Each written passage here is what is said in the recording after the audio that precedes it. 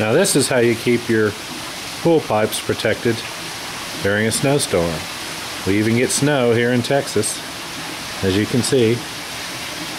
And the key is the spa is running and the waterfalls are running. See that? Now of course it's not cold by other people's standards, but here in Texas when it's 31 degrees, it's cold. Later tonight it can get down to 24. So the thing to do, keep all those pipes running, and then you see the Polaris unit is in the pool. Keep that running also. And if you can see down here at the steps, that's the circulating water. That's still running in the pool also. Should be some over here. Not sure I can pick it up.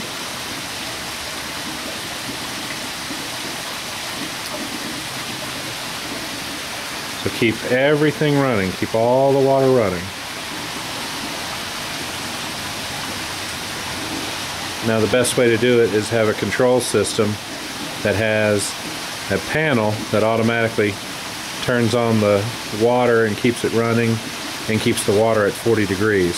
So all the water in the pool, all the water in all the pipes that go around to the various waterfalls in the spa, all of that's being heated right now to 40 degrees.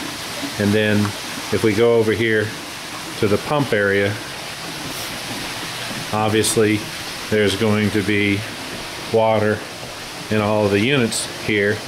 You can hear them running. The saltwater generator and the filter are running, and then we've covered up some of the piping, and of course those two pumps are running right down there. Keep all this running and you'll take care of your pool in the wintertime, because of course you know there's a lot of things that can go wrong if you take your pool and empty all the water. So there's all the water running.